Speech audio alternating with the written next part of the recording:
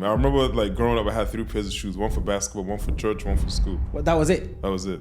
Kennedy Agyapong Jnr. is a dynamic entrepreneur, co-founder of the Afrofuture Festival, which celebrates African culture and music. My roommates was like, oh, let's bring an artist, a bigger artist. So it was like, that time was either Drake or Fabulous. And I was like, oh, let's bring Fabulous. But they were always like, let's bring Drake. And I was like, nah, let's just do Fabulous. But then Fabulous was asking for $25,000. But Drake was asking for $5,000. His ventures in media, real estate, and technology, including roles at Kencity Media and other family businesses, showcase his commitment to driving economic growth and innovation in Ghana. Then how would you handle the pressures of living up to the expectations of a father? No, I don't have to live the expectation of my father. I have to do what I can do and make sure what he has started, I continue to do it. Even the other day, I told him I'm going to be richer than him. I told him that.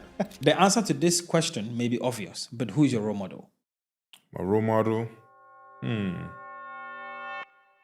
So, Ken, you moved to Ghana.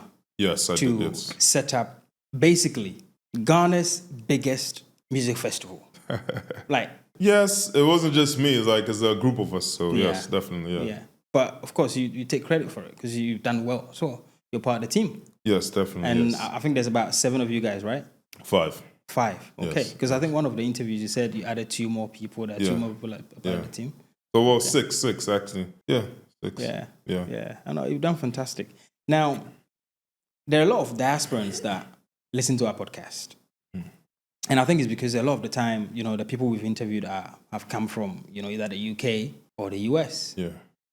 So I would want to understand why you decided to move to Ghana. So, first, I decided to move to Ghana. My parents kept telling me, oh, come to Ghana. I'm like, forget about it. That time I was working for a company called Whole Foods Market. Okay. Now they actually was acquired by Amazon. 2014, after grad school, 2 of my classmates from China were like, they're moving to Ghana. I'm like, moving to Ghana? I'm like, how? Are they Chinese? I'm like, oh, they was like, they're moving here. So I'm like, that doesn't make any sense. So I actually came with them. And I was like, hold up. It was actually their first time in Ghana. And I used to come to Ghana all the time and whatnot. So I'm like, wait, if they could come here and stay, I'm like, hell yeah, I'm moving back too. So I went back to America, packed everything in my car. Then I moved there, October 2014. But prior to that, had you not been to Ghana? Did you not enjoy it? I was here, but I was never here, to be honest, during December, during the Christmas. Okay. But my dad always used to tell me, oh, come to Ghana during Christmas, because I'm like, I'm not coming. But during the summertime, I used to come here a lot and whatnot. Right. But after that, I'm like, you know what? If my 2 Chinese classmates can move to Ghana and work here, it was their first time, and then I'm a native of the country. I'm like, no. You might as well. I'm coming. Yeah. I mean, it's interesting, though, because I visited Ghana the first time after I'd, been to the UK for so long. Yeah. But I felt connected. Yeah. And I wanted to be back. Yeah. So it's so interesting how you're saying that even though you're a native of the land, you had been here on holidays and nothing, kicked you to. No, I was just here and see the family and whatnot. Yeah. Go back. Because the thing too is with all my siblings who are here in the US, when you're in the university, you always have to come to Ghana like your second year, second, third, and senior year, and you work for the family company.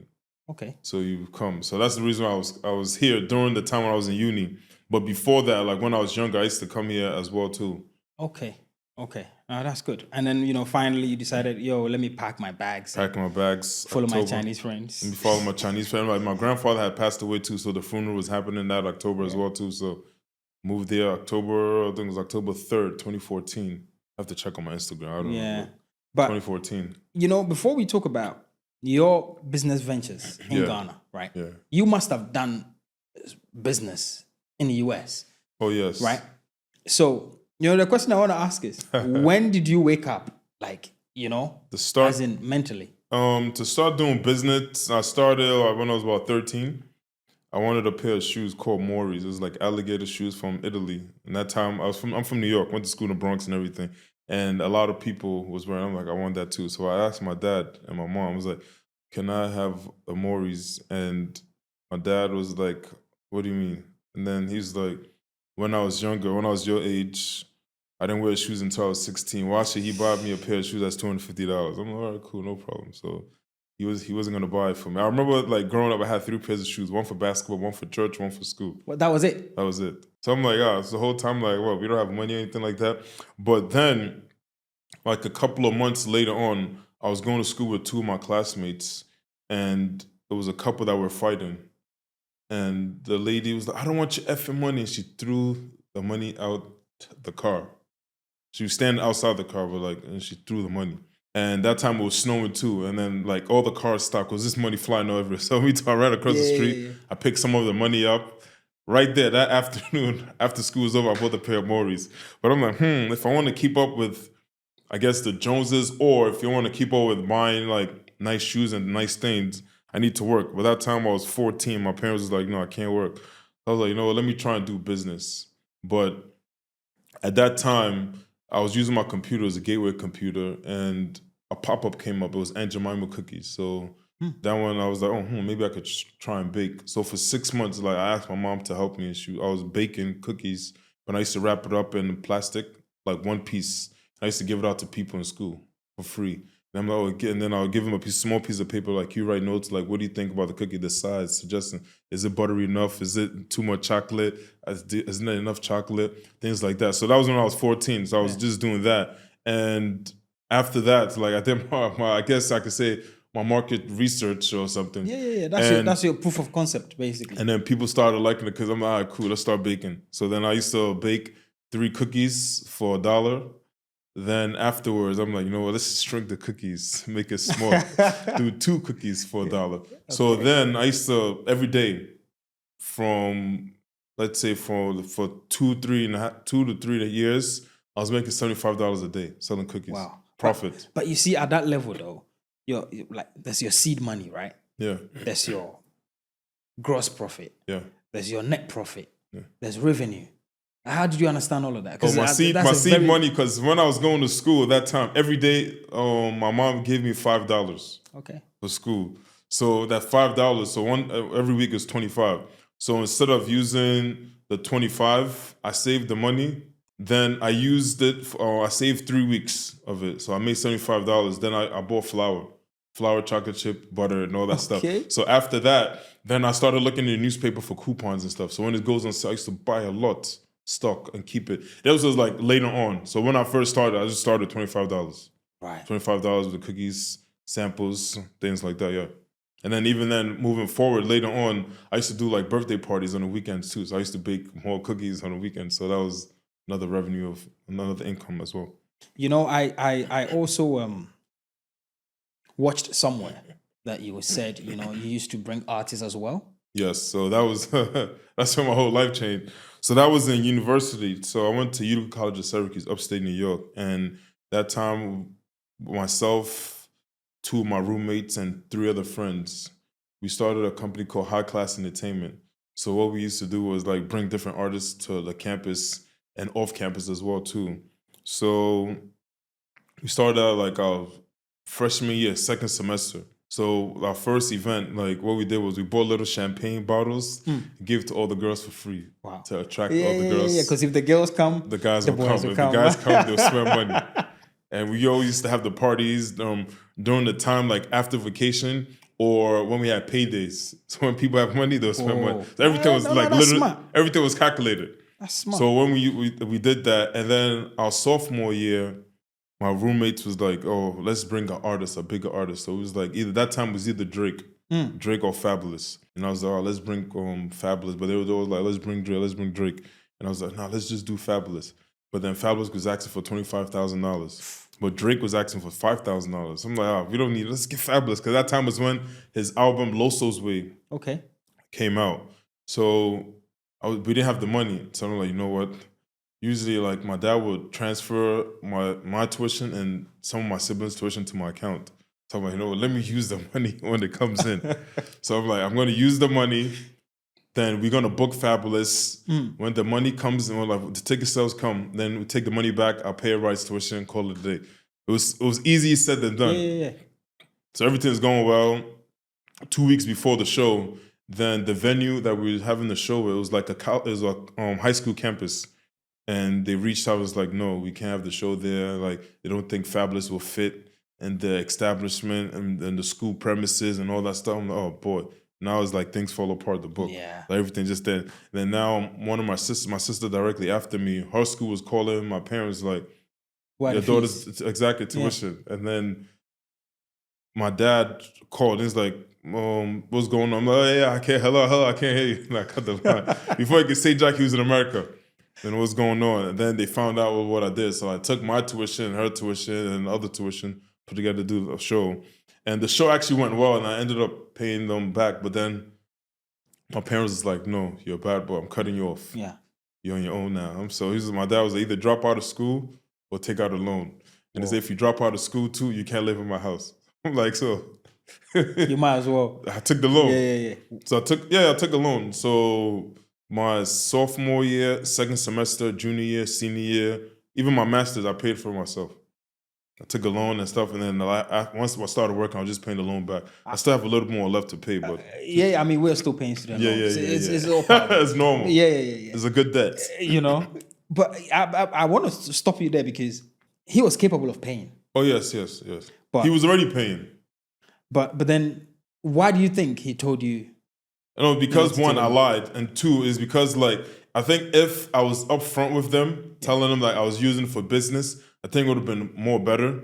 But I just lied. As soon as the money came, I was just trying to do other things with it instead of doing the paying for my tuition or whatnot. Yeah, but what did you learn in that process? That's very important. Don't lie to your parents. I tell all my siblings that don't lie. It's there's no need. If you want to do something, just tell them or whatnot. Because because of me lying, I graduated from school 14, 15 years ago. I'm still paying for that lie now. Yeah. I had a question that I wanted to ask, right? But then it looks like you've probably already gone through it. The one thing that happened to you that made you say, nah, this is what I want to do for life. Yeah. Entrepreneurship. What's the one thing that happened? No, it is entrepreneurship. I always knew I could work for somebody, but I always say even if you want to be an entrepreneur, you need to work for somebody so you can learn the goods, the bads, and different things that you could do, and then you can implement into your own thing that you're doing. But a lot of people, when they finish school, it depends too. They just want to work for themselves. Some people could do it. That one can't knock them down for that. But I felt if I was the only job I had when I was in America was Whole Foods Market. Literally, I worked my way all the way up to a manager. With that skills and whatnot, I was able to know how to make a budget, how to plan, inflows, when things are gonna expire. So I use all that as a tool when I was doing my own events and then doing parties and also even the clothing line and things like that we're doing. Yeah. It's definitely rewarding, isn't it? Entrepreneurship. It's definitely, yes. And then you form part of, solving the problems of the world. Yeah. As well, Yeah. For me, I say, especially with developing countries, we need a lot more entrepreneurs. Exactly. Because that's the only way we can support the government. Yeah. Right? Yeah, we do. And also collaborative effort. We're all working together. Maybe you're doing one thing, we do another thing. Bring it together, it moves further up. Yeah. No, amazing. Let's bring you back. Now you're in Ghana, right? Let's bring you back to Ghana. You packed your bags, followed the Chinese friends. Now you're here. What's the first business you tried to do in Ghana? The first business was actually a party. Because when I moved to Ghana, it was my first Christmas, December 2014. And I invited 32 of my friends to come to Ghana, and 14 came. And we was going out and whatnot. And that Easter 2015, we did a show at Ngwa Beach, Shiny Beach. Okay. And it was so packed. So when I saw the amount of people, I'm like, let's try to replicate this in December. So December 26, 2015, had our first event at Shiny Beach in Ngwa. Boxing Day, biggest mistake. Why is that? One, because we just came to Ghana to do an event. We thought we could do everything ourselves. One. Two, it was Boxing Day. Nobody's going out. They're going to be with their family. 3, that time it wasn't the year of return and things like that too.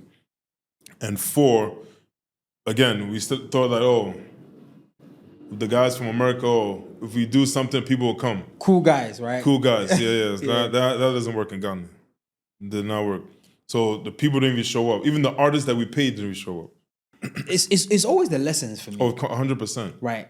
and you've just listed it all out. Yeah. So someone is watching and then they are thinking, oh, I want to do events. Yeah. Now, sure enough, they're not going to do the dates that you've just said. Oh, now you can. Right. But it's funny, right? But now, even though 2015 we did an event in the field, now if I do an event December 26th, it'll go. Because you've worked so hard for it, Exactly. right? Now we know the do's and don'ts. Yes. Exactly. Yeah, definitely 100% though. It's always the lessons for me. Now, you moved to Ghana, then, navigating the cultural differences, because it took me 2 years and I'm still going through it. In fact, this morning, I went through it.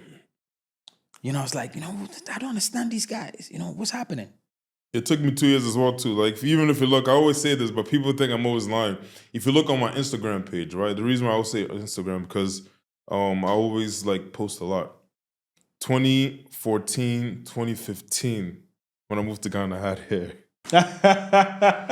True story. I had hair. But you saying 2 years and it's difficult, it was very difficult because I was used to being in New York, everything's fast paced, everybody get what you're saying, boom, boom, boom, boom, boom. But then here, when I first got here, people are dragging their feet, just taking long and give it to God, give it to God, give it to God. I'm like, what is this? This point about you having hair when you moved to Ghana. Yeah. I had hair when I moved to Ghana, right? I'll tell you what. Then I lost the hair and I had to go to Turkey. Right? So there's something about the place that will really push you. Yeah. Yeah. But you have to keep fighting though, because you can't give up. Because like you said, if we don't fix it, who's going to do it? No one. And there's a developing country as well too. We're coming from the West, the US, the UK, and things like that. Things already done and is in place. And it took some time. Maybe we won't enjoy it, but at least if we lay the foundations now, others can enjoy it. Yeah. And then I usually say that, look, we come here and we see opportunities because of the problems the country has. Exactly, yeah. And, if you're entrepreneurial enough to go after it, then you can create something good for yourself and your family. Yeah. And then help the country as well. Exactly. You solve solutions. As soon as that's the main thing about being an entrepreneur. Solve solutions. Don't think about the money first. If you think about the money first, forget about it. Solve the solution. Look for a problem. Try and solve the problem. Then the money will come. If you think about money first, you're always going to be struggling. Oh, think about money. Oh, how can I do it? And you start cutting corners and whatnot. What's the one thing you think you know how to do well that the average Ghanaian young entrepreneur does not know how to do? Time. Managing my time. Because every day, no matter what, I wake up at 4:30. It's clockwork. So, organizing things and whatnot, organizing. Just be patient, too. But where did you learn that from? Being here and also being in America. Because in America, you can't have an excuse while you're late to work. You have a grace period, 10 minutes. But then here, you can have an excuse when you're late to work because of transportation. Like today it's raining. And I didn't think you were going to show up. Let me give you backstory. So let me fast forward. So 2011, when I moved to Ghana, I used to live in Tema. And 4 of us, it was me and 3 of my sisters, we was working at Kencity. And the first 2 weeks, the driver used to take us to work. Then the 3rd week, the driver was taking my 3 sisters. Then my dad started to take Trotro. All right, cool. But at that time, I'm like, why the hell is he letting me do this? Then I realized 2014, when I started working full-time in Ghana, later part, let's say 2014, 2015. Then I realized it was a lesson that he was trying to teach me and put in the perspective of others. See, if you're driving in Ghana from Tema to Accra in your own private car, give or take, if it's raining, let's say 1 hour, give or take. But if you're taking public transportation, Trotro, give or take, if it's raining, take 3 hours. Yes. And I experienced that. And by the time we get to work, you're wet. You're late. So that's why I was able to balance, okay, maybe when it's raining, whatnot, because of the distance of where somebody is coming from, you can give them the grace period. But if the sun is shining, you have no reason why to be late. So when you went through that, now you understand some of the employees. Yeah. When those things happen. If it's raining. If it's raining. If the sun is shining, you should not be late. Well, let's say it starts snowing in Ghana today. I doubt it. I doubt it. You know what's going to happen. Nobody's going to show up at work. Oh, no, that's it. Yeah. Do you know these businesses, right? And I'm sure you have a lot of plans and a lot of things that you want to do. Yeah. But so far, what's been your biggest losses in business? Biggest losses? I think it cuts cross-board. I used to import beer to Ghana. from Germany. It's really good rattler. And it was going very well. Shout out to my partner Maxwell in Germany, because he became my partner. It's interesting because of honesty. So he reached out to me on Instagram. He kept writing to me. I'm like, I'm not interested. So when he came to Ghana, he like came to the office and we spoke, and then we actually started working together. So he was bringing beers to Ghana, and people were not paying. Like, you bring it to somebody, and then the person would sell. They won't give him the money. So that's when we became friends. And I'm like, oh, bring it, and I can sell it. So I used to actually walk to Mokala. I have like a bag, and I used to keep ice in it. Put a lot of beer in it. I walk to Mokala, give people samples. I'm a fan of samples. Give samples, let the people taste it. You don't lose nothing. Then I gave them samples, and people who like them, I gave them a number. If you like it, call me. I could deliver to you in bulk, free delivery. Just take the product. So I did that a couple of times. But then it was an old lady that actually ripped me off. She got me good. Got me off guard, because usually I'm like, I won't give credit. But the lady was really good. She would take 1, 2, 3 containers. And then one time she was like, oh, because usually I was doing 20-footer containers. She said, oh, order me a 40-footer. So I ordered a 40-footer. And the guys that were delivering it to her, when they got to the shop, and the guy called her, I'll never forget it, Cardell. He's like, boss, my man, no, I don't think so. We should give her the products. The way she's moving. Because already when we was bringing the products, she said she's going to give her checks. When we got there, she said, oh, tomorrow. Which I'm like, tomorrow is Sunday. I'm like, where's the checks? Yeah. Up to today. Been 4 years. No check. So she took the products, sold it, disappeared. An old lady. Wow. So that one is like a loss and whatnot, but you learn from it. So now, like anything, no credit. Even a check, I'll let the check clear first. But it's quite unfortunate, but it's because somebody have burned me. And it's several times as well, too. And then the crazy part is when somebody owes you money, or I can use my case, the person have the right, when you call them for the money back, oh, so proposed, I don't know him idea. Oh, that's nonsense. Yeah. That's completely nonsense. Yeah. So but now I've learned that. So that's like one thing I always tell people, like, and it's quite unfortunate because like the dishonesty and whatnot, that's what's really not good.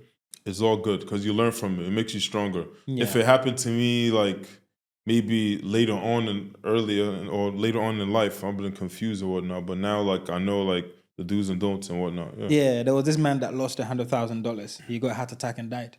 Yeah. Right. So thankfully, that's not your portion. Yeah, you've learned it early. I always say, you make the money, don't let the money make you. Oof. So if the money make you, that's when you get that heart attack. Sometimes some things are out of control. Like, good example, I import chicken, right? And before I used to import a lot from Ukraine, I didn't know it was going to be a war. If I tell you how much money I lost as soon as Russia sent the first missile, but how was I supposed to know? But how do you take that, right? How do you take that? How do you sleep at night, though? Yeah, but to be honest, now I could talk about it freely, but I couldn't sleep like more than 3 weeks. I'm like, whoa, the money's gone, the money's gone, the money's gone. But I could keep saying the money's gone, and then you get high blood pressure. Now there's going to be another bill, a hospital bill. So sometimes, at first, when something happens to you, with the shock, just take it easy, breathe. It's not the end of the world. It may be like it took so long to get that capital, but don't let that stress you out so much that now you get sick. Or like in Chi would say, I dream. Do you know what makes you so confident about this? And that's usually with entrepreneurs who know the process to making money. The people who get money handed to them, they don't think like that. Yeah. But when you know the process and know how to make money, when you lose some, you can find a way. Exactly. You always have to find a way. Yeah. You just don't like think. Again, I'm saying it like it may be at first. The first time is shock. Like, oh, whoa. Just got to sit down. Just relax. But then gradually, just like, it's going to be all right. It's not the end of the world. It may be seen like it's so close and tight right now. If you just relax, you think positively, be honest to people, you definitely find a way you will make more than what you've lost. From the beginning of your business journey, I've realized something about you right now. You love partnership, collaboration. 100%. See, every business that I've done it with my business partner, my best friend. Yeah. And it's been fantastic. It's all worked out every single time. But it also comes with a lot of challenges. And I want you to tell me some of the challenges that you faced in collaborating with people, especially with Culture Management Group. I mean, it's no problem with collaborating with people, right? But sometimes it's not the people you work with, it's the people from the outside. Okay. I'll give an example. My main partner is Abdul Kareem, right? He's one that came up with the idea of the festival. My own cousin, my own blood cousin, called me and told me, how come Abdul's getting all the shine? And you're the one that's doing all the work. I'm like, what do you mean? He's like, he's the one that's doing the interviews and all that stuff. I'm like, so what? So again, it's not the partnership, the person you're working with. The people around you will try to knock heads. So as long as you know like what you're doing, everybody stay in their lane, do their thing, and you know the people who you're working with, that's it. But the thing is like the people around or people in the outskirts who's gonna always keep talking, say something here, saying this here, saying this here, saying this here. That's the main thing. And there's everything is about honesty. Like partnership, like even with the clothing line, it was my college roommate, Jeff, that came up with the idea, the name Kevin. I used to sell clothes when I was in America as well too, but he's the one that came up with the idea named Kevin. And like, you can't do everything by yourself. You can start by yourself, you can have an idea by yourself, but if you work with others, doing partnership, you can even flourish more. Like if you do, like good example, this room here, if you're doing the tiles one by one, just by yourself, it'll take you, let's say, 2-3 hours. If you do it with 2 or 3 people, maybe 45 minutes. Think of like that in business. Just be honest with the people you're working with, and that's it. Everything transparent. It's not like you're thinking about A. We also be thinking about A, and then you think about, okay, when the money comes, I'm going to do A, B, C, D, E. Forget the partner, cut the person out. Once you cut the person you're working with out, everything else you're doing, you think it's going to last maybe 2, 3, 4 years. It may last, but it's going to collapse because you took the people that you were working with out. The whole thing that you're doing. And you think now you could do it on your own so they can make it. Now you're making 20%, but if you take the rest of the people, like you could get 100. But it's because everybody's getting 20%, it's because everybody's doing their own part to bring it, put the pieces together as a puzzle. And that's how come it can go that far. Yeah. You know, I mentioned this on one of my conversations, right? And then, you know, I got comments from Ghanaians saying that, oh, yeah, that doesn't work in Ghana.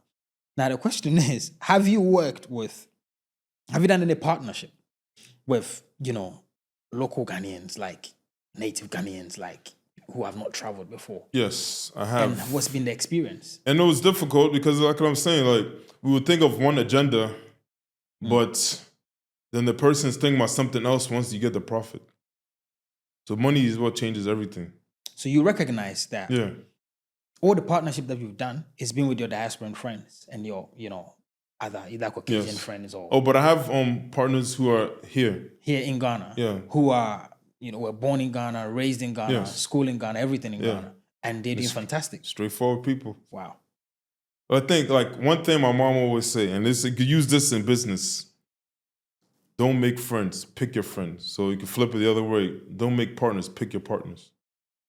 You can pick and choose. You can pick and pick. Okay, if this doesn't work, okay, try a different person. If this doesn't work, try another person. If this doesn't work, try another person. I know it's counterproductive of what I said before about I now only sell everything on, I don't do credit. But that one is different. But when it comes to partnership, you can pick and choose, pick and choose. If it doesn't work, it's okay. Try something else. If it doesn't work, try another person until you get the people who you gel with. Right now in Ghana, what do you think is the biggest business you've done so far? In the cold store, because everybody has to eat. Yeah. Okay. Yeah. And did you do that because of that? No, actually, it's funny because when I was coming to Ghana, he told me to work at the cold store. I'm like, I'm not going to work. I'm like, I went to school. I got a degree. Why should I go smell like a fish? yeah. I told him, I'm like, I'm not going to do it. Why should I smell like fish and things like that? So that's when I started working at Kencity. So my thing was supposed to be at Kencity Media for 2 days and then the cold store for 3 days. I'm not going there. I'm like, I don't like the smell of fish and things like that. But it was wrong. I actually make more money there than Kencity. So because when I first came to Ghana, go work here and then being swollen-headed and things like that, I'm like, But as I went there myself, and I used to go there when I was in Ghana anyway, but when I went there myself, I'm like, okay, if I do it this way, I could do it this way, I could do it this way. And especially during COVID time. So when it was doing this way and this way, and that's when I'm like, oh no, like I can actually do it. I'm sure a lot of the listeners and the viewers they want me to ask certain questions. And one of them is what impact do you think you guys have made on the whole Beyond the Return initiative? I think we made a great impact. I think maybe more than 1,000% because I know we don't give ourselves credit, but today I will give ourselves credit. We have a solid team because Our main thing was to promote and highlight Ghana. We first started 2017. But then afterwards, like from 2019 going, like we want to highlight Africa because growing up in America, I remember, and I didn't get this until maybe like 8 years ago, growing up in America on the weekends when you're watching TV, you're watching cartoons, and as soon as it's not almost over, maybe like 16 minutes into it, they'll go on commercial. Then they'll show a kid, maybe 10, 15 kids or children running around, shirts, just underwear. You can see their ribs, flies flying in their face, and then they help a child in Africa, donate 99 cents. It was psychological. They got us. I remember 2014, when I was moving to Ghana, I posted an aerial picture of Trasacco. That's when LeBron James was moving teams as well. So I'm like, I made the decision to move to Africa. And I put in parentheses, Ghana. And so many people in the comments, like, this is Africa, this is Africa, this is Africa. And I don't blame them. It's because what we was watching when we was younger on TV. They showed the little kids with the ribs and like showing. So our main thing was, okay, to highlight, educate people about Ghana first, then the rest of Africa. So that's why now we do a lot of activation in other African countries as well too. You know, how has your ability to network helped with your business and everything that you've done? Oh no, it's very necessary because you have to network with people. Like you could start something by yourself or with partners, but you need to work with others as well too. So like with us, we work with different travel companies, different venues in Ghana, different venues in other countries as well too, because we may have the people, but we don't own a club. And we don't own a club, and that's fine. Or we don't own the venue, and that's fine, because that's not what we are good at. So you can't try and do everything so they can make so much. So what you're good at, you collaborate with another person, and you bring the people there. I know how to organize people very well, but I don't know how to run an establishment as like a From Back or Polo Beach, number 19, Kozo. That's not my job. I give it up to Kojo. I give it to Ramsey. I'll give it to Kwao. They know how to do it. They have the system. We have our system. Bring the system together. Everybody wins. But that's a beautiful understanding and concept as well. You know, and it goes back to the first thing you did, which is collaborating. You have to. You love that. Is Afrofuture currently in any other African country? Yeah, so we do activations in South Africa. Okay. Abidjan.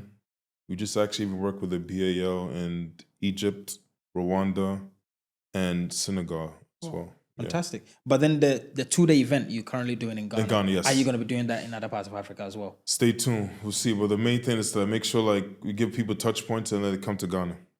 Right. But stay tuned. You never know. It's always going to be based around Ghana one way or the other? It'll always be in Africa for sure. Right.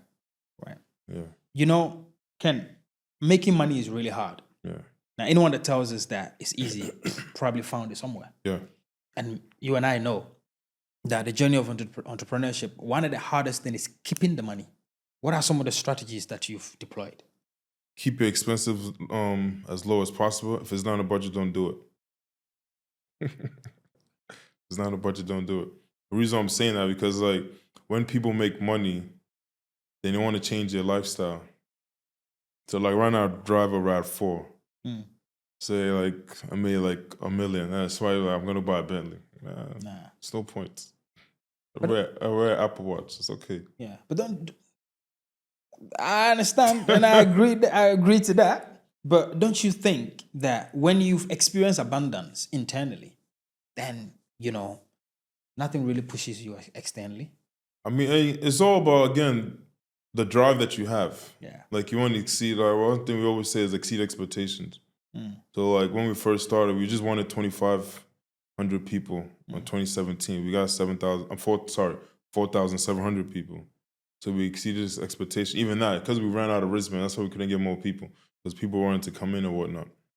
So you see the expectation, like you always have to keep pushing yourself. The sky is not the limit. Just keep going. After the sky is something else up there. Yeah. Just keep going. So you can't be comfortable in anything that you're doing. Like, oh, okay, last year we did 41,000 people in 2 days. So, okay, yeah, let's try to do another 41,000. No. You got to push the limit. Got to push the limit. Yeah. Like, what's the worst that can happen? Well, this is the worst that can happen. Most Ghanaian-owned businesses, right, don't tend to survive beyond first generation. Have you realized that? Yes. Now, how do you think that the businesses that you are starting and working in now can live past your generation? Get your kids involved early. Even with us, like, because, my business is part-time. I work with my parents full-time. Okay. So my business start after like 6 p.m. So like literally when I go to the office, like I don't concentrate on anything about culture or Afrofuture. No, it's about Kencity group things, like that's what we're doing. So you need to get the people involved early. Because like I'll give an example. My friends in America who are Jewish, they used to always work when, like on the weekends at their family business and whatnot, right? But African, if they, let's say if they live, how should I say, if they live in Ghana or any country, whatever. Well, let me just use Ghana because we're in Ghana. They will say, oh, I have this business, I have this business, I have this business, but the kids don't know anything about it. God forbid their parents pass away, that shit's done. So it doesn't make sense. Like I always say this, like I've been blessed and privileged that my parents have started something, right? But if I don't continue it, that means I already failed in life. So like I didn't start from 0. Let's say I started from 5. So God forbid they're not there, and then I don't add plus 2, 3, 4, 5, 6, 7 on top of it. I already failed. So straight. That's the reason why I'm always up. I'm like, nah, this is our thing. You have to do it. And I have younger siblings as well too. So the same business that they use to help me or pay for my tuition for school, I need to make sure it flourishes so that my younger siblings too can eat off of that. And then once they eat off of that, then our kids have to learn the business as well too. So you can't just say, oh, this is my parents' business. You don't know what's going on. Like everything that like we're doing, I know like from the steel factory, the cold store, the farming, everything I'm involved. Like we all, not just me, like my siblings too, like we all in the field. Everybody knows what's going on. Because like even when I first started work, I always say like anytime anybody calls out, I could do their job. The only thing I won't do is clean the bathroom. The reason I'm saying that is because when I first started, I started from security. Like I used to be outside, like in the building.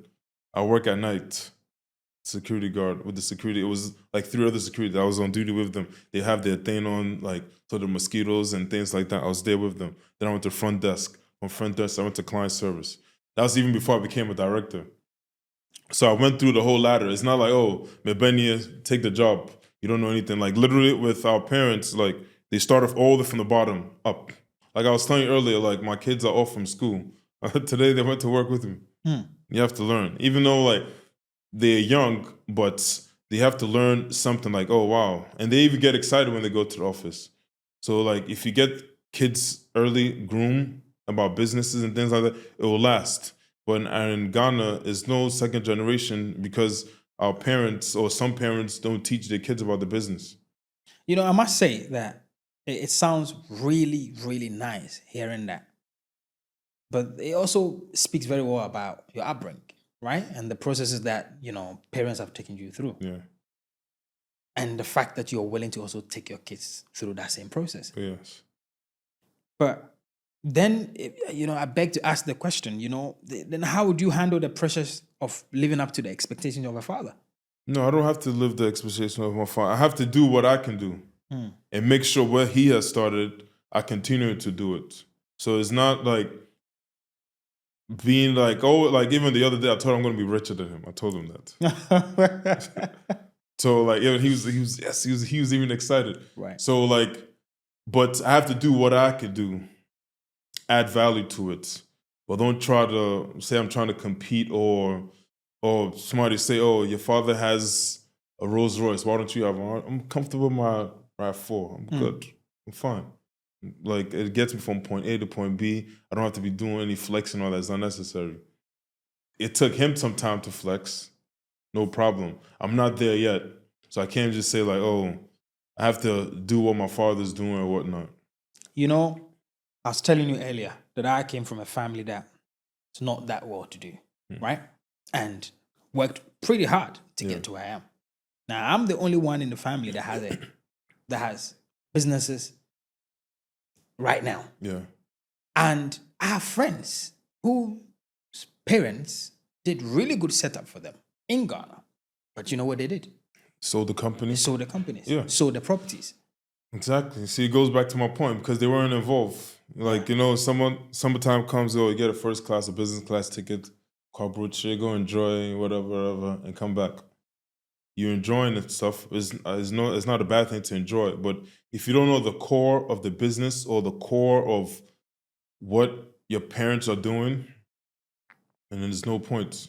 And then some people too, to be honest, like maybe they want to do their own thing. Like maybe their parents are doing business, but they're not. What do you interested in think about business. that? Is it okay? I mean, it's fine, but Okay. I think you should definitely let your parents know, especially if you have if you're the only child or there's one or two of you. With me, there's a lot of us. It's only 22 of us, so like we have the flexibility, but you could definitely speak to your parents or whatnot, communication or whatnot. But my goal is to make sure the second generation.